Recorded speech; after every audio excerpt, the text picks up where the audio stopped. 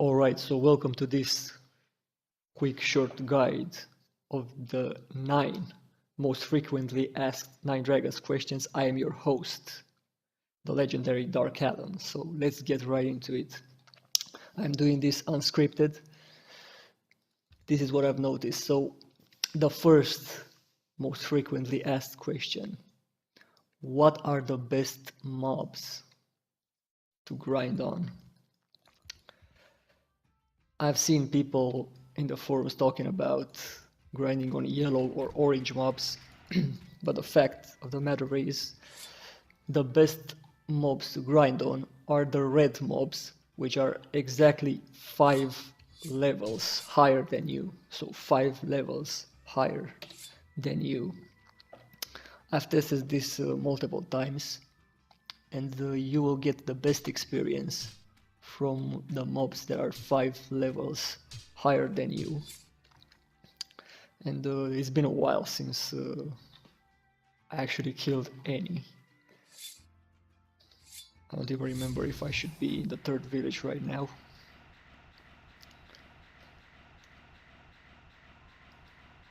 Let's see what we find here.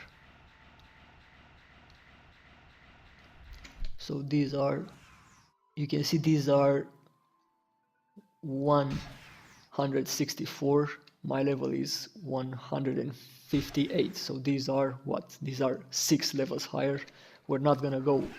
If you go 6 levels higher, you are gonna notice a quite high decrease in your damage. But 5 levels is still fine. It's like the perfect zone. You can call it the Goldilocks zone of the grinding if you like. So these are still 6 levels higher. I even forgot where the mobs are.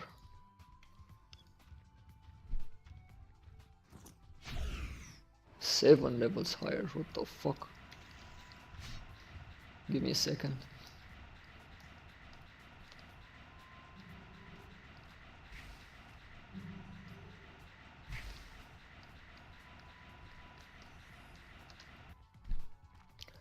Alright, so you can see right here, this is the perfect mob. Another thing you should do, which if you don't already do it, always use the defense mesh. Because the defense mesh, if it succeeds, it has a 60% success rate. It can kill in 1 hit, as you have just seen. Okay, did you see that? The defense mesh can kill in 1 hit. Okay, let's see that again. Take a look. Of course, it doesn't always work. And another advantage of grinding on 5+ level mobs is that your rage is gonna increase much faster, and thus you're gonna kill and level up much faster as well. The second question, which is commonly asked, is when should I do the Road to Dragon quests? Well, you may have noticed they give you over, actually from what I noticed, at 5 Dragons and Sun and Moon they give you over 100% experience, so that's over 1 level. So you're basically wasting experience. In my experience, the best way to do them is after you reach Floral Crown. That's when you're gonna get the most out of them. Otherwise it's just a waste. So wait until your Elemental Crown, maybe Floral Crown. I remember one time I even did them at Crimson Snake, and they still gave me pretty good experience. So a general rule of thumb is the later the better. The later you can do them, the more you're gonna get out of them. Besides, at 5 Dragons and at Sun and Moon you don't even need. It's so easy to level up, you don't need experience from Road to Dragon quests. Later on, when it gets boring like Floral Crown, you can do them. And you're gonna get the most out of them at that level.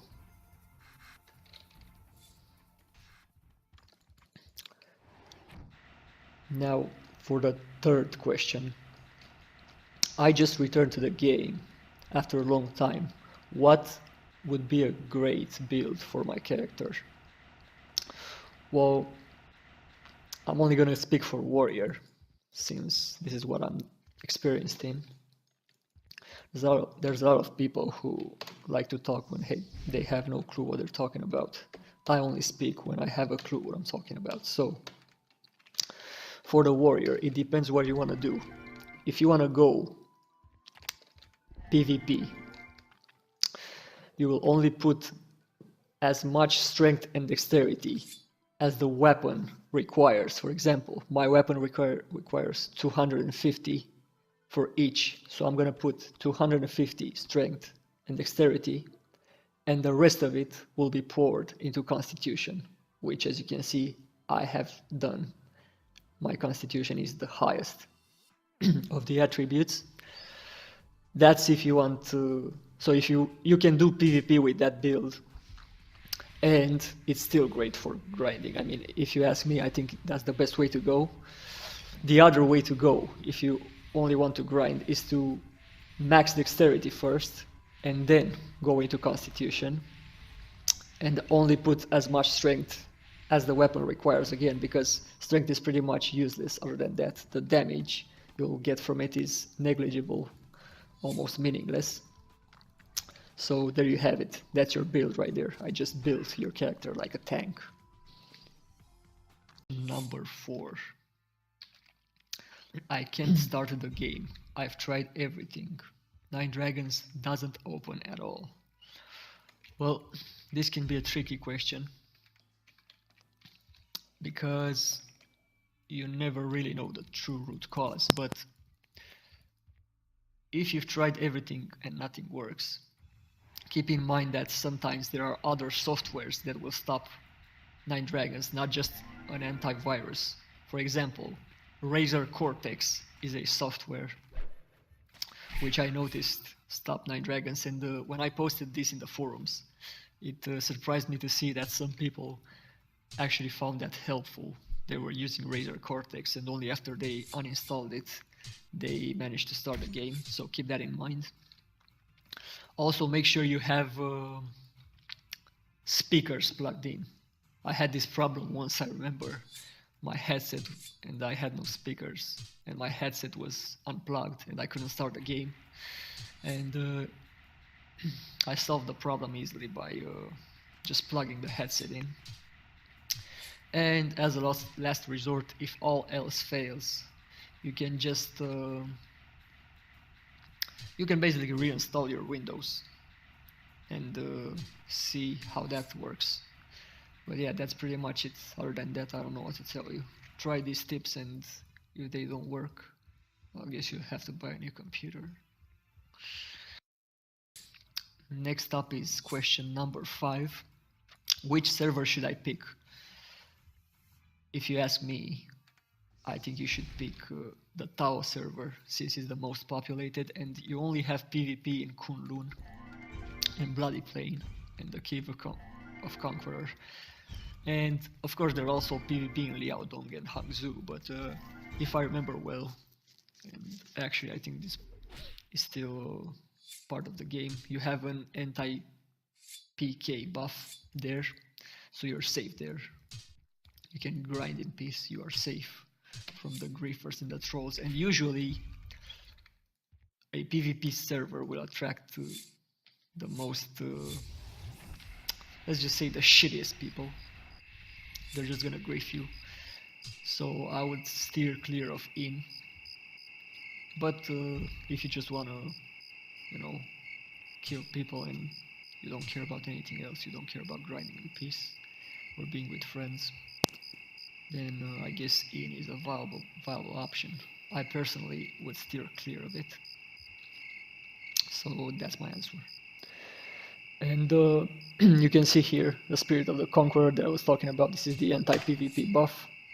For 1 hour you are safe, and you can take it 100 times, and there's only so many hours in a day, 24 hours, so you can have it pretty much non-stop. Question number 6. How do I calculate my crit rate? Is there a stat I'm looking at?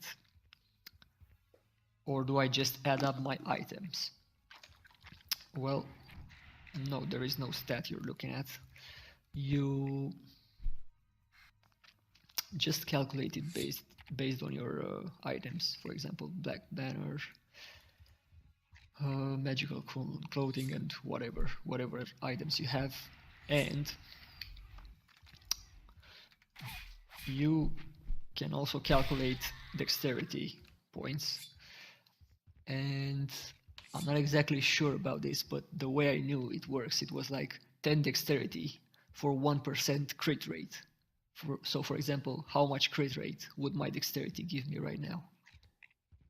If you get 1% from 10, you get 10% from 100, you get 30% from 300, so around there, 30 something percent. But if you're in a PvP situation and both your base dexterity and your opponent's base dexterity are maxed out, they're basically just gonna cancel each other out. So this would only influence you when you grind. But if you have items, that's not something to worry about, because they're gonna take care of the critical rate against mobs. So yeah, there you have it. That's how you calculate your crit rate. Generally, if you PvP, the more crit rate, the better, because it also acts as crit dodge. So, in other words, if my critical rate is higher than yours, I'm gonna crit the shit out of you, and you're not gonna be able to crit me, not even once. And another thing is that, and this was proven later on when they added critical rate on the weapons. You can see here critical rate increased by 500 out of 10,000. So I remember arguing, well, not really arguing, but debating with a friend. I was telling him the Heavenly Demon has more inherent critical rate than say Brotherhood of Thieves. And I was right. He was saying that the critical rate was equal for all clans, which it is not.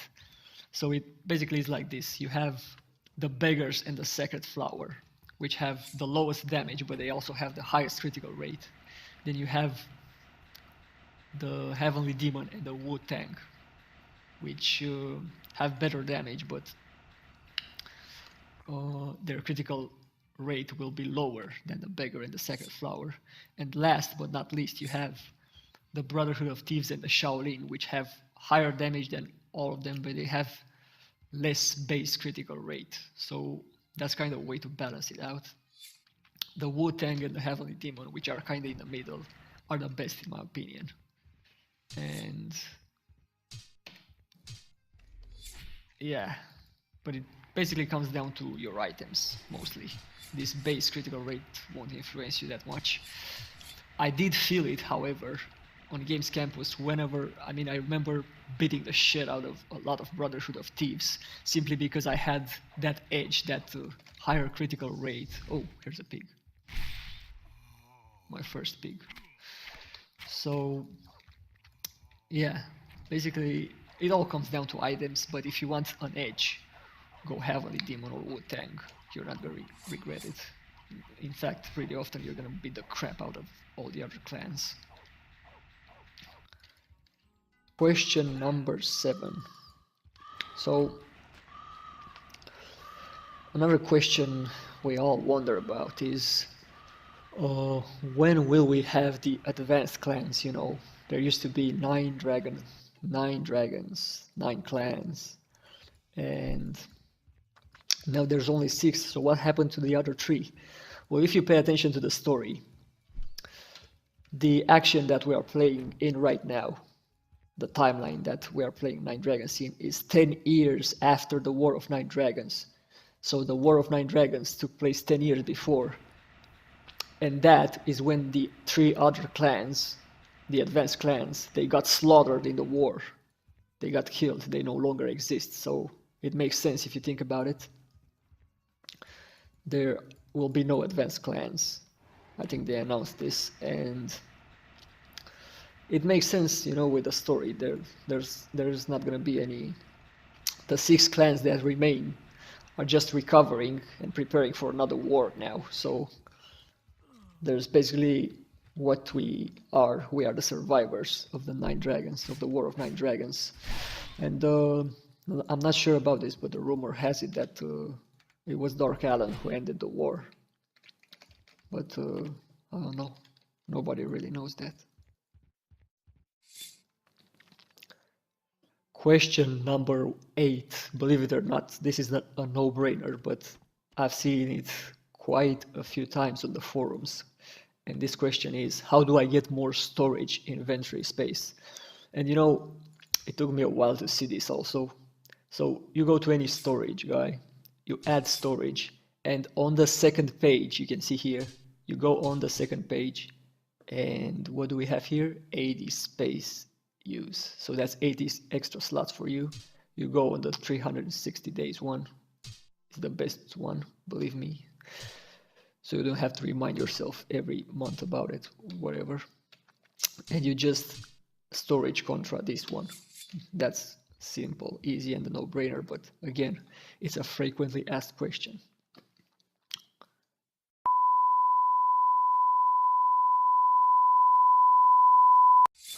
Wow, amazing. Don't you love it when 9 Dragons crashes? Especially if it's a crash during a recording. You lose both the game and the recording. Awesome. So, I'm back for the 9th and final question. Final, most frequently asked question. And the question is, how can I reset my stats? Well, that's actually pretty easy. I'm gonna show you. But I don't recommend doing this early on. I think you should do this later on if you fucked up your stats a bit. So you go here to this babe right here. You click on her and you do this quest, a peel of bake Monrang, or however the fuck you spell it. So yeah, that's pretty much it. That's how you reset your stats. Alright, so it's now time for me to retreat back to my wolves here. I used to be a lone wolf, but now I'm surrounded by many wolves, as you can see. It's been an honor and a privilege doing this video for you. Shout out to 9 Dragons staff for unbanning me.